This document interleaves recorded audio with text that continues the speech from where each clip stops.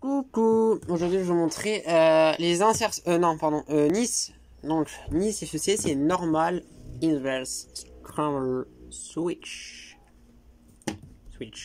Donc qu'est-ce que c'est utiliser le mélange inverse tout simplement.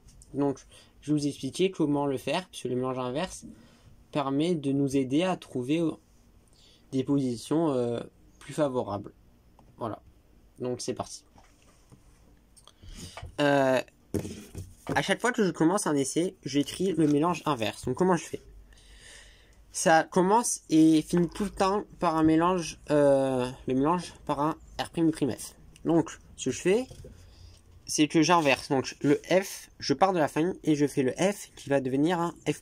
Donc F', U, R, F2, etc. Donc vous avez compris, je pars de là et j'inverse. Donc quand il n'y a pas de prime, ça devient un prime.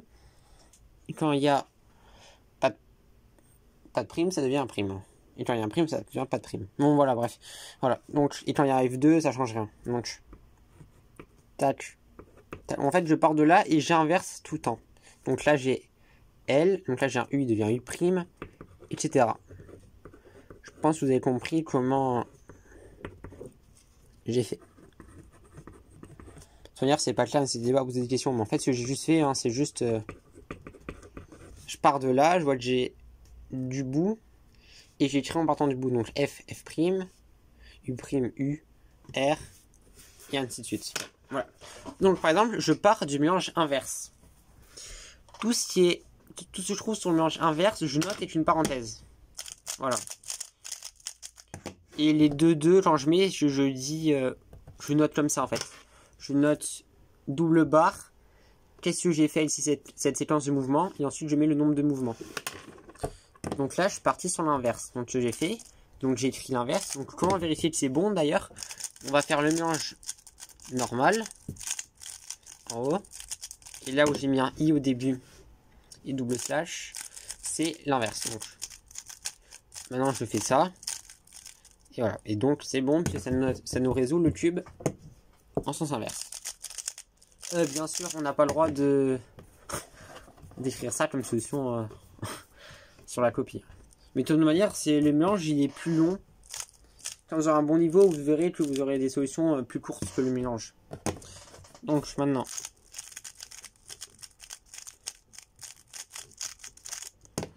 ok. Donc j'étais parti sur l'inverse, j'avais fait l'orientation des arêtes. Et ensuite, j'ai pas trouvé de piste.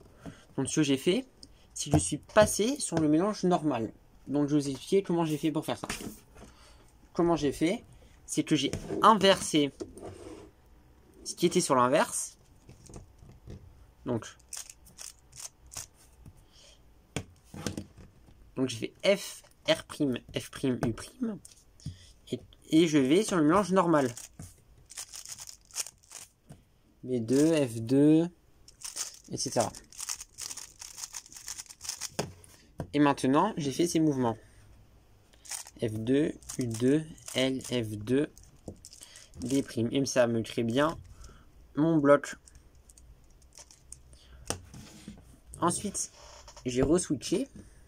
Donc, comment j'ai fait? C'est que j'ai fait... Donc, je vais inverser que les séquences sur le normal.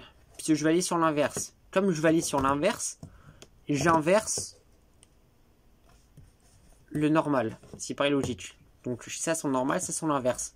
Comme je veux aller sur l'inverse, je vais inverser ce qu'il y a sur le normal.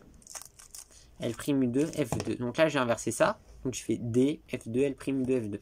Je fais le mélange inverse.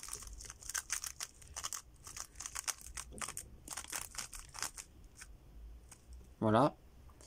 Et ensuite, je fais les mouvements que j'ai écrits au début. Voilà.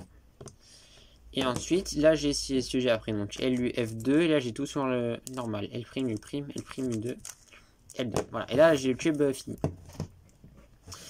Comment je mets en forme la solution? Je vais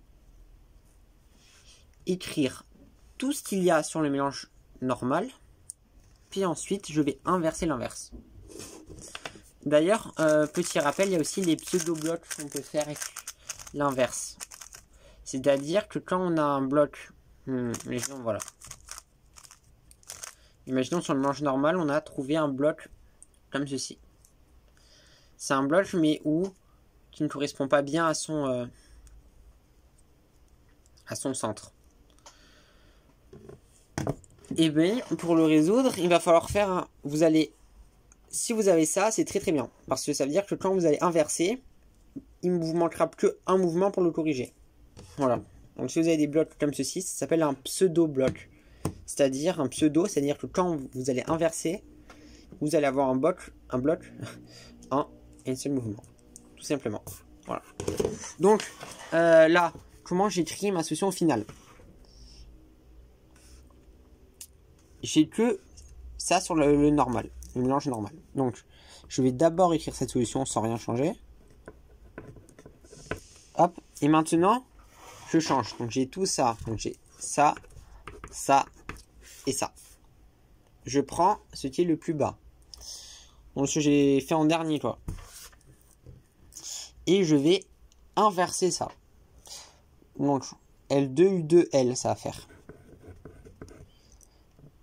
Le U' devient U et le L' devient L. Comme ceci. Maintenant, je vais là. F2, U', L' du coup. Je sens que vous commencez à comprendre là, je vous vois. Donc, ensuite, F' devient F. Ça devient R'. Du coup, ça devient F', U'. F, R', F', U'. Voilà. Donc là, on a tout ça. Ça devrait donner la solution finale. Donc, on va tester, hein. On prend une cube. Hop, hop, hop. Donc, je fais le mélange normal. Si je la copie, on va rendre le mélange normal. Et en fait, dès que je commence un essai, avant de regarder, la première chose que je fais, c'est que j'écris le mélange inverse. Parce que je vais m'en servir beaucoup de fois. Switcher comme ça, sur un essai, je le fais au moins 30 fois. Je pense 30-50 fois, je sais même pas dire, mais vraiment énormément. Voilà. Donc, U. Voilà, donc là je vais verser. Non, ça c'était sur inverse. Donc là je vais écrire, donc j'ai commencé sur le normal. Donc là, là j'ai tout écrit ici, non, vous avez suivi. F2, U2, LF2, D', L2, U2, LU, L, F2, U', L', F, R', F', U'. Et voilà, on a réussi. Parce que le cube est résolu. Et voilà, donc faut bien inverser. Au début, hein, prenez bien votre temps, vous verrez que très très vite, vous allez vite comprendre. Voilà, donc vous avez percé le secret de Nice. Vous allez voir, en rentrant, c'est pas compliqué. Et je vous conseille vraiment de regarder tout le temps quand utiliser Nice. Voilà, donc quand utiliser vraiment tout le temps. Par exemple, vous pouvez faire le début d'un bloc où juste je forme. Je vais montrer un peu. Voilà, juste je forme un. Hop, il est où? Là, je forme ça. Voilà, là, ça va même créer un pseudo-bloc. Je switch et je résous ça. Ou pour l'orientation des arêtes aussi. Imaginons que j'en ai... Voilà, j'en oriente... Bon, là, il n'y en a que... C'est un bon cas. Imaginons, voilà. J'ai en gros 8 non orientés. Si j'en ai 8, je peux déjà en orienter 4... Bon, là, il n'y en a que 4 à orienter. Imaginons ça. Je peux en orienter 4 ici. Et ensuite, j'ai une position nulle, on va dire. Et quand je switch, je vois que je peux résoudre qu'en un seul mouvement. Donc, il faut vraiment switcher souvent. Je vous conseille vraiment de switcher souvent dans vos solves. Parce que ça vous permet d'avoir plusieurs configurations. Voilà.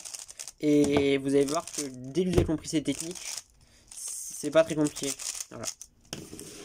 Donc, voilà, un conseil, switcher souvent. Parce que ça vous montrera plusieurs possibilités. Même si vous avez un truc facile, hein, sur le normal, vous dites bon, bah, c'est déjà très bien ce jeu, pas besoin de switcher. Switcher tout le temps. Vraiment, je vous dis, dès que vous pouvez switcher, vous pouvez. Voilà. Sauf des trucs, par exemple, imaginons il reste ça pour finir. Voilà, si vous imaginez il reste ça pour avoir 3 coins. Voilà, si vous faites ça, bah, sur l'inverse, vous allez trouver exactement le même truc. Voilà. Donc à toute fin, voilà, ça sert à rien de switcher, mais pour ça, voilà.